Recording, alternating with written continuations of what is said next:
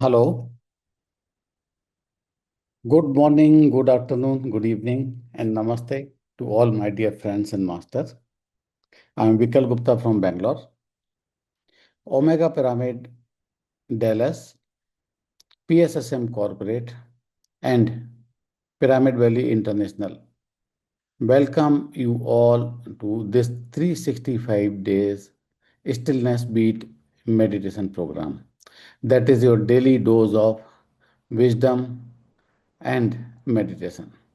So, without further ado, I request Master Balaji to take us through the meditation and guide us. Good morning, Balaji. Good morning, sir. Good morning, my dear friends, my dear masters and gods. A warm welcome to daily meditation. So, without any delay, let us step into meditation. Kindly take a comfortable posture, either on floor or on the chair or sofa, wherever you are comfortable. Be seated comfortably. Cross your feet, either on left on right or right on left. If you are sitting on floor, kindly squat your legs and clasp your fingers. If you are wearing any eyeglasses, kindly remove them off. They are not needed while meditating. Take the back support if needed so that the posture of your meditation, of your physical body, is very, very comfortable. And now, gently close your eyes. Start observing the breath which is flowing inside and outside. Let the breath be as natural as possible. Observe the breath which is moving inside and outside.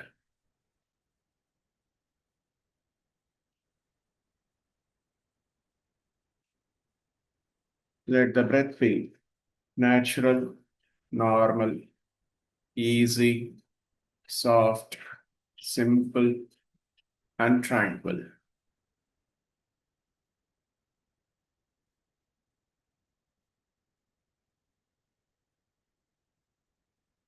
Let us try to make our minds as empty as possible.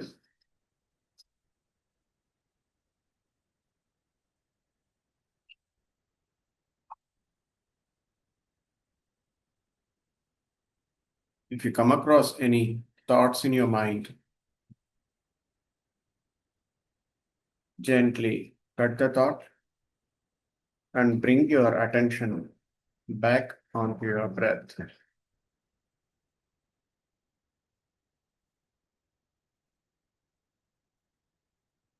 Let there be no thoughts in your mind for this 45 minutes in this meditation.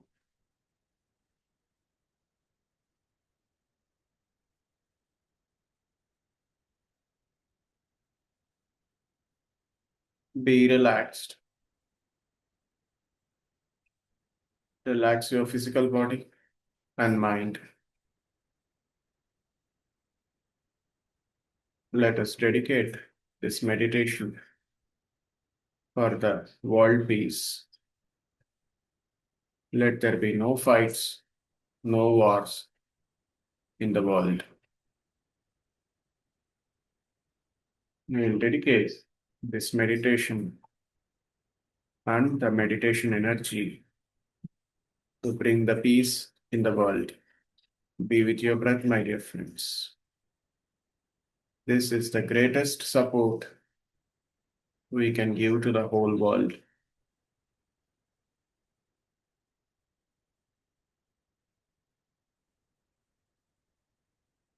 Be with your breath. Let us dwell into deep meditation with the help of music.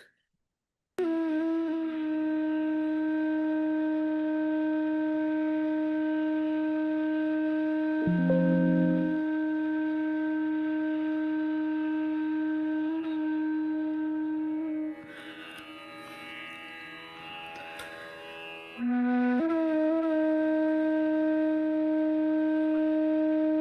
do not open your eyes.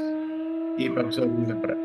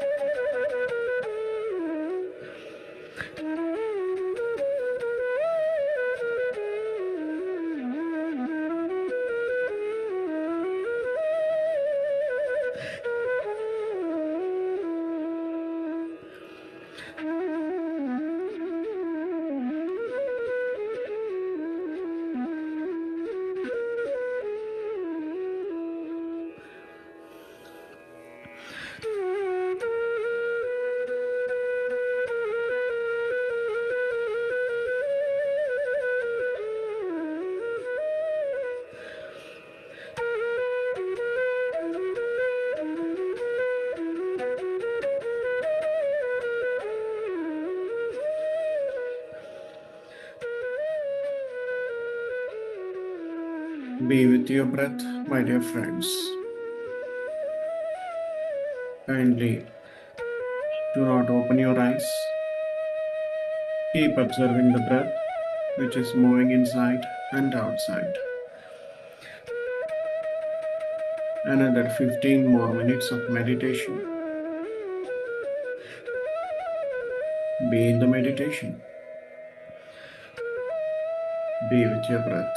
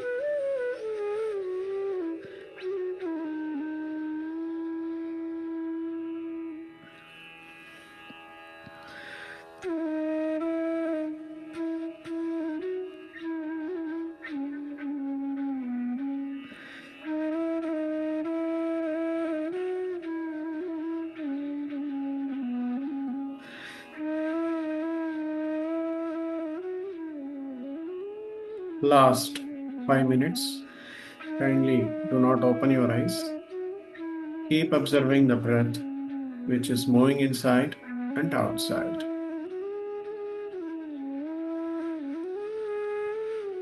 Please bring your attention and your focus onto your heart center.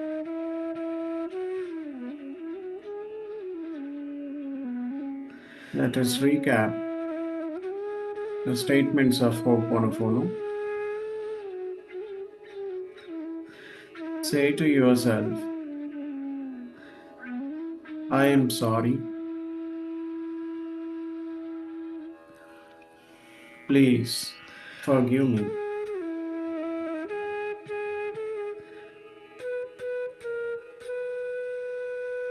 I love you. And thank you.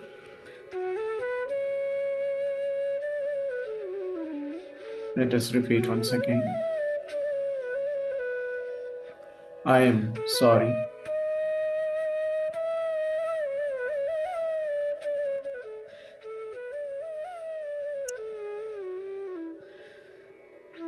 Please forgive me.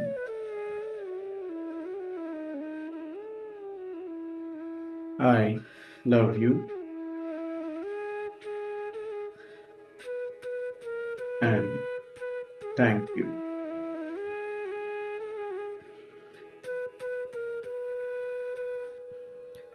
Let us repeat once again.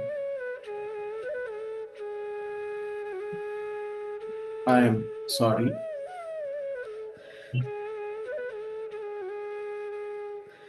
Please forgive me.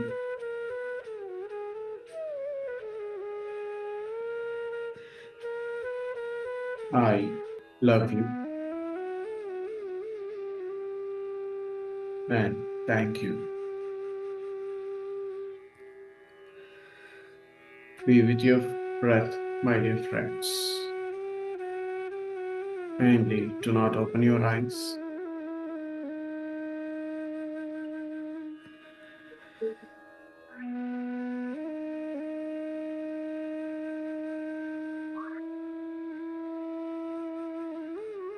Another 3 more minutes.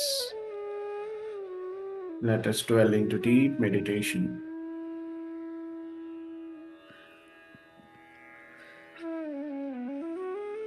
Let us memorize the 4 statements, the 4 agreements given by Master Toltec. The first statement says, be impeccable with your words.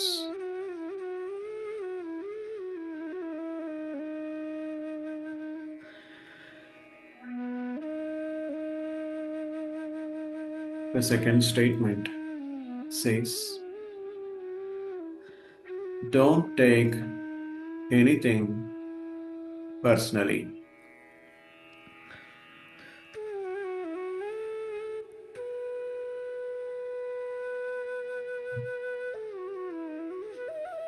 And the third statement says, don't make any kind of assumptions.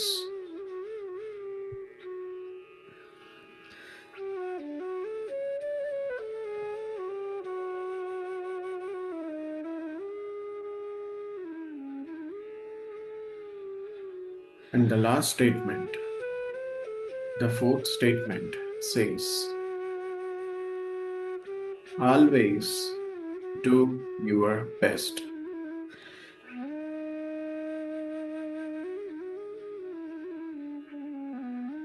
Be with your breath, my dear friends. Another 2 more minutes. Kindly do not open your eyes.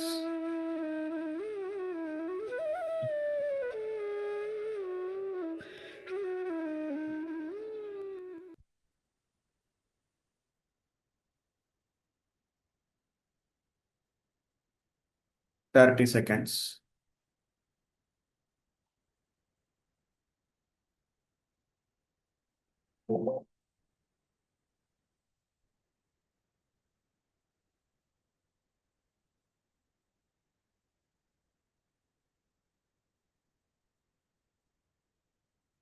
10 seconds.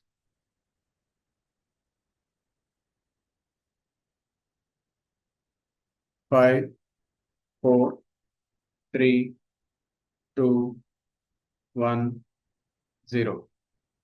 Without opening your eyes, kindly place your hands on your eyes for 5 seconds, and you may open your eyes when you are ready. Thank you, my dear friends. We have done a beautiful 45 minutes of meditation. Thank you very much. Thank you very much. Thank you, Balaji, for guiding us. It was a deep and peaceful meditation. Thank you very much. So, dear friends and masters, we are in day 63 today, and let's move to the next segment, that is wisdom sharing. And we all know that the wisdom sharing theme of the week is conscious contemplation. So, let's welcome Master Prithvi to take us through the next step of the conscious contemplation. Over to you, Prithvi ji. Thank you, Vikil. And thank you, Balaji. So before I start, Sirisha, who is joined as PSSM corporate on the call? Is it someone from our team? Not sure, not from our team. Okay, no problem. So friends, namaste. Hope you all took up the assessment that was shared on the group. If you did it, let's see what your strengths are. So please share what was that you discovered, the 5 strengths that you display naturally. So please type it on the chat before I start the topic. You can keep typing what are your 5 strengths so that we can start living a strength-based life, which is more clear and we feel more fulfilled. So today we will be talking about how contemplation will help us in regaining our inner control. So contemplation, we have seen that it is not about thinking more, but it is about becoming aware of awareness itself. Sometimes we cannot actually sit and meditate for a longer time when we are really busy in our life. Maybe we cannot give too much time for meditation and sit and contemplate for a very longer time. But what we need to do is just take few seconds, few moments of contemplation to become aware of our own awareness, so that what happens when we become aware of awareness is you get a control over yourself. So when we are busy in the life, there are layers of experiences that happen. The first layer is the event is happening. For example, maybe you're in a very stressful situation, and you see that, yeah, this stress is happening to me. You will watch. The second level is the thought is arising that, oh, this is very overwhelming. I'm not able to cope up with this situation. And then third layer is the emotion arises, the frustration, the irritation, the restlessness, the emotion starts reacting. Most of the people live in this first 3 levels. The event is happening, the thought is arising, and the emotion is reacting. The fourth level of experience is awareness observes. You start observing that, okay, these are happening and this is not me. So contemplation is to become aware, to bring your observation into the situation. So awareness observes and the experience will start to transform once you start becoming aware of what is really happening. So you might take an example of the athletes under pressure. They are actually trained to contemplate in split moments, because every moment they have to be very alert, very aware, and take the control over the game. If they lose the control over the game, they will lose the game. So every moment they are under a lot of pressure. So what happens is, imagine a cricketer in a very tense match. The scoreboard is pressurizing, the crowd is shouting, there is an aggressive bowling in front of you, and you have to face it. It's a very challenging situation for an athlete, for a batsman there. What he does is, if he gets into the mind racing, like, what if I fail? What if I lose this match? What will people think? What will the teammates think about it? What will happen to the country? So, all these thoughts will be rushing at that moment. But if the cricketer, if the batsman gets into that storm of thoughts, his or her performance will decline. What they do is, they take a contemplative pause. If you have observed any kind of games, when they are under a lot of pressure, what they do is they pause. They step back, they try to adjust their gloves, take a slow breath. They will have a look at the field, they will observe, and they bring back. In this pause, what is happening is, they are actually putting the contemplation in action. They are bringing back their awareness into this moment to take the control over the situation. A lot of times, things keep happening around us, and we think it is out of our control. So, the moment we pause and observe what is happening, and see that, okay, I am overwhelmed with the situation, but the overwhelm is happening. The moment you become aware, you bring your contemplating pause in that moment, you start creating distance between you and the experience.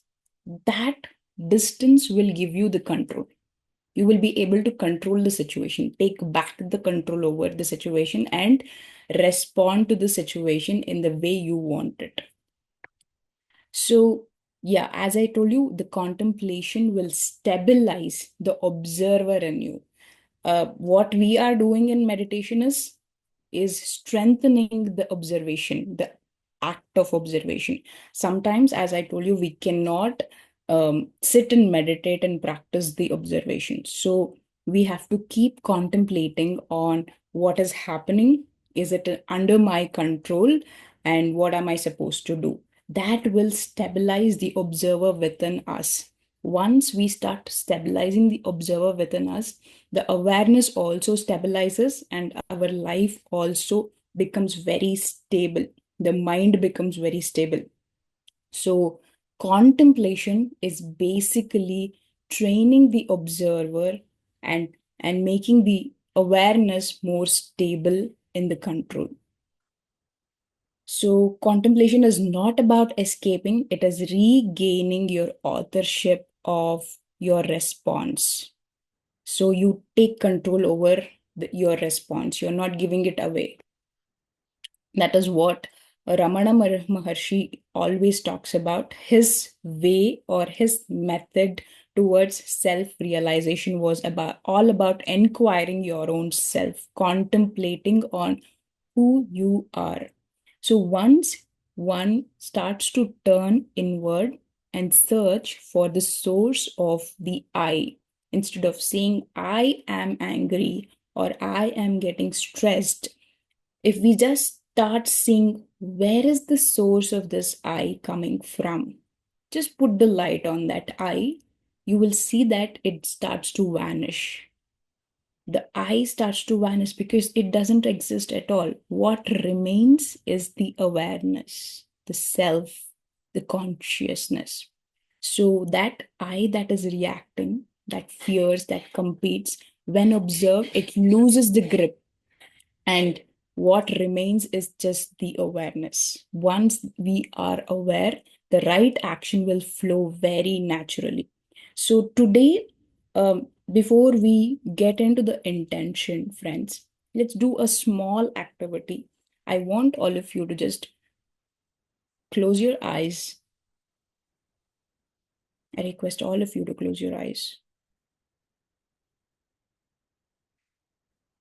And remember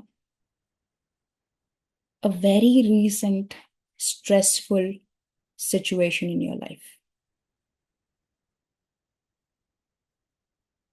where you were tensed, where you felt the things were out of your control.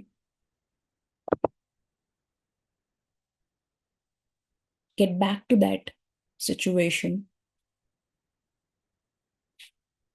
Imagine what happened. Remember it. What were the thoughts running in your mind?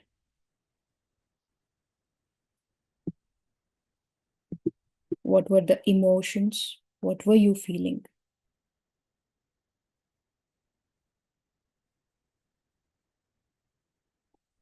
What was the sensation on your body?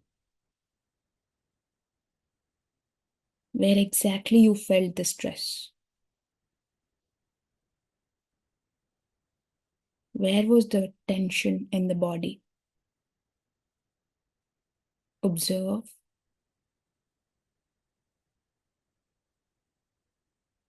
Observe the sensation. Now, observe who is observing the sensation.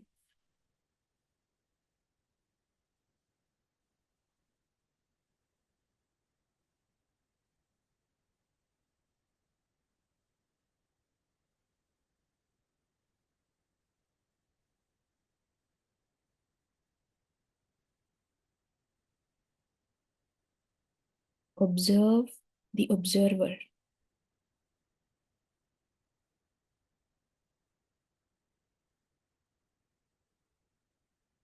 This observer has no shape.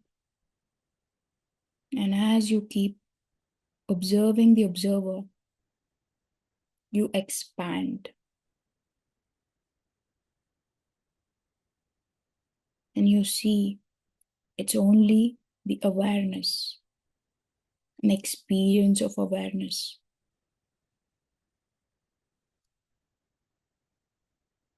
And all the thought, the emotion, the body sensation was just a content of this awareness.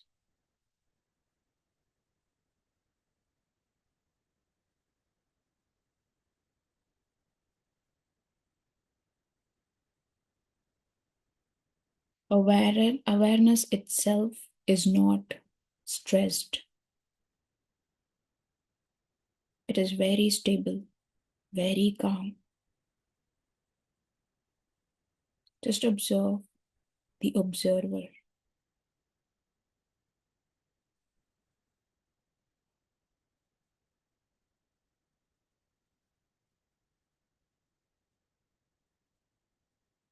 Remember the state, friends.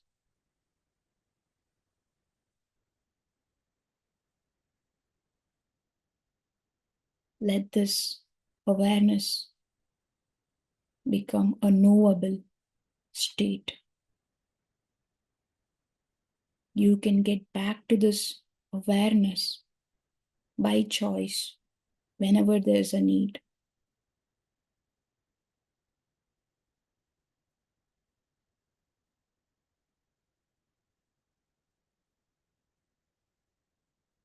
Now slowly you can come back.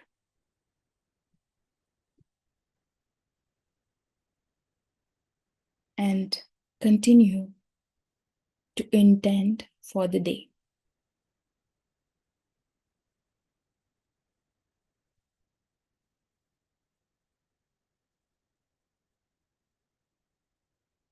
Settle down in the heart space and repeat these statements after me. May I be safe. May I be free from fear. May I be at peace within myself.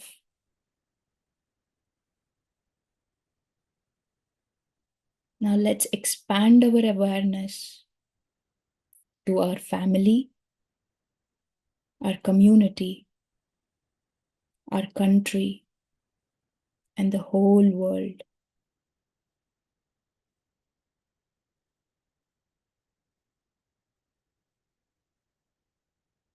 And through our heart, let's intend for the whole world. May all the beings be safe. May all beings be free from fear.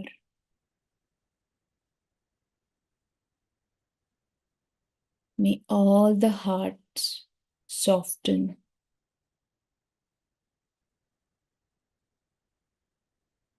May there be compassion in every being.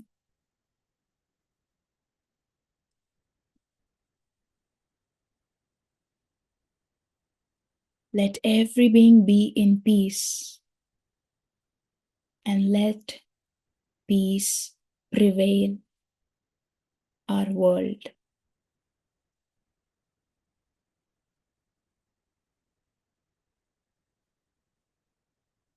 May you be happy, and may all the beings be happy.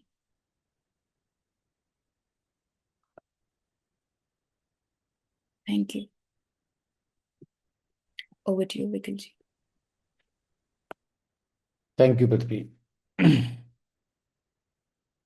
Such a nice wisdom sharing again. So, masters, let's move to the next segment, that is the experience sharing. And today we have Master Yamini with us. Good morning, Yamini. You are on mute, Yamini. Good morning. Welcome to share your experience, Yamini. You can introduce yourself, talk about how you got into meditation, and share some experiences. Over to you, Yamini. Yeah, thank you. Thank you so much. I'm so happy to be a part of Stillness Beat.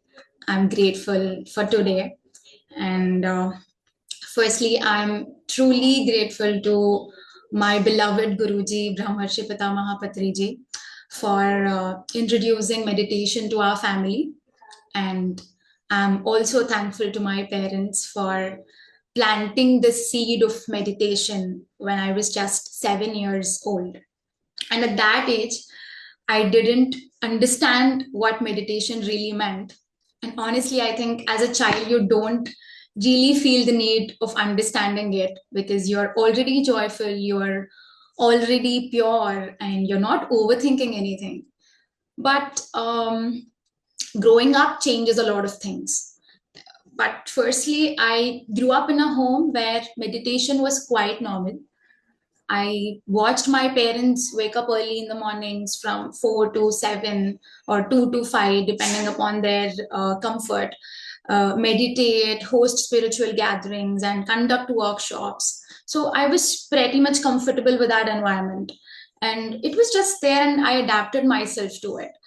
And as a child, I even had beautiful experiences in meditation, like being around that aura. Maybe I had some out of body experiences as well, third eye experiences, and very subtle states of awareness, which was really possible for me without any effort. Now I have to try a lot to achieve that state, but back then it was really easy, it was just flowing. But the interesting thing is, even with all these experiences, I truly didn't understand meditation, is what I feel, because experience is one thing and understanding is another. So, growing up, most of our day is not spent at home. Of course, we spend with parents, but it's mostly spent in schools with classmates, then in college with friends, and eventually in workplaces with colleagues.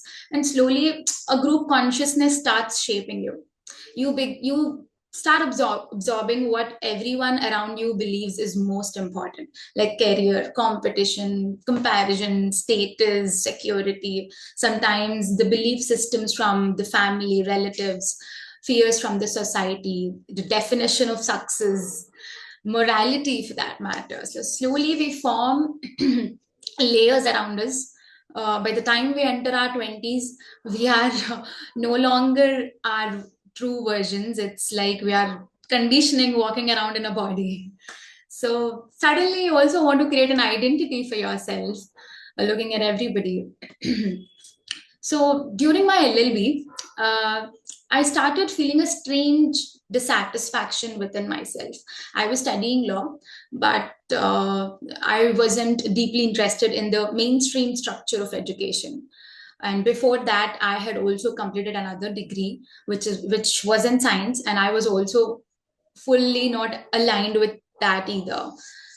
Of course, I hold a dual degree, but I was quite dissatisfied with that too. While also being active in PSSM and PIMA, I started understanding things, but also I was doing a lot of things simultaneously.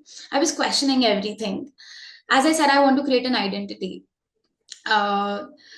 I want to stand for something. I want to question things. Why does society function like this? Or why are people choosing security over purpose? Or why are people choosing comfort over passion? And why does this whole education system is creating workers instead of thinkers, instead of philosophers, instead of spiritual scientists? So, because everyone around me seemed clear.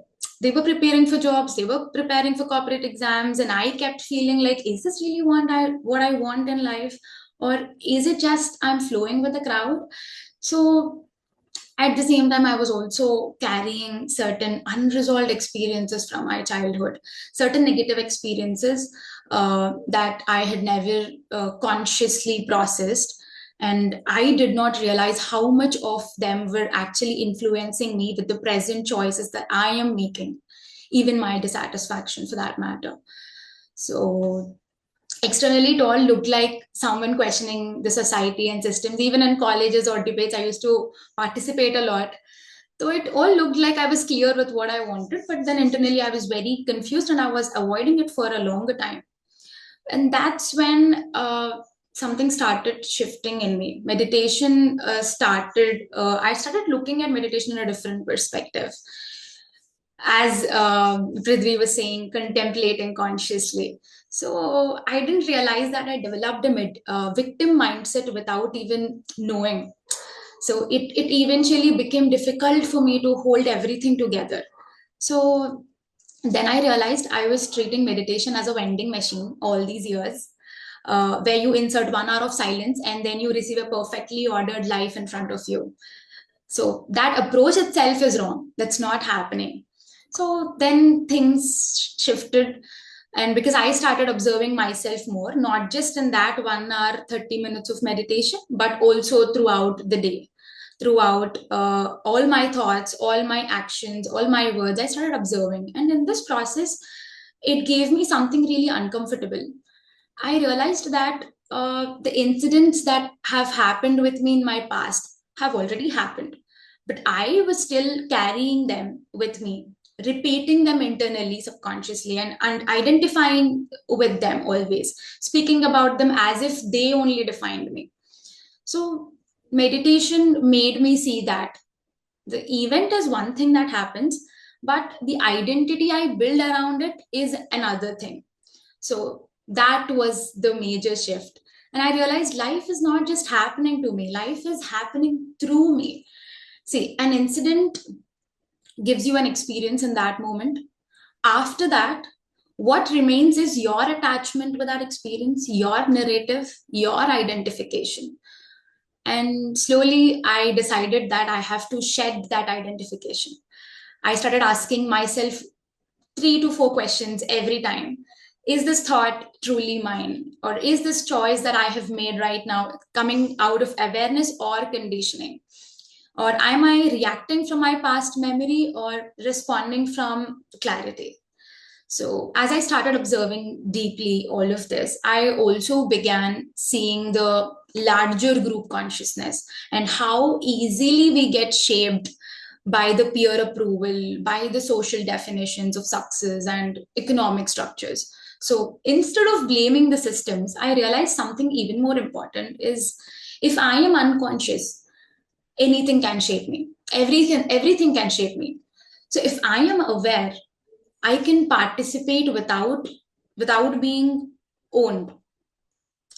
So if something like a thought, a label, or even a positive identity, if it is not serving you, towards your growth, if it is not allowing you to reach your highest potential, then I try to let go of it. And when I say I try to let go of it, it does not mean I am suppressing it or denying it. It means that I am observing it to such an extent that it naturally loses its grip on me. So meditation is not, it will not tell you that this is something really negative, this is something really positive. It is just that there is ignorance and there is awareness. So ignorance is when I operate unconsciously from my wounds, from my conditioning, from my fears, everything from my past. Awareness is when I try to see them clearly. And this time I choose better. This time I choose different. So meditation has given me one understanding that just like how snakes they shed their skin once in a while, you also have to do it. You have to shed your older versions of yourself again and again. And it's okay to outgrow versions of yourself. You should outgrow your versions of yourself, because that alone is the beginning of a real spiritual life, is what I believe. And earlier, I was trying to search purpose outside by whatever society is catering to me. But now I started with awareness from the inside. And that shift from experience to understanding, and that shift from conditioning to contemplation has truly my journey right now. So, yeah, so to know yourself honestly, repeatedly, and relentlessly is what helps you in this process. So, that's my experience. Thank you so much. Thank you. Thank you. Thank you very much, Yamini. It was so inspiring, and it was kind of, wisdom sharing kind of thing. It was getting to thank you very much for coming and Thank you. taking Thank you your so time much for for having me here. sharing your Thank you, experience. Prithvi, It and is thank you, so Balaji. inspiring. Thank you very much. So, friends, time to conclude the session.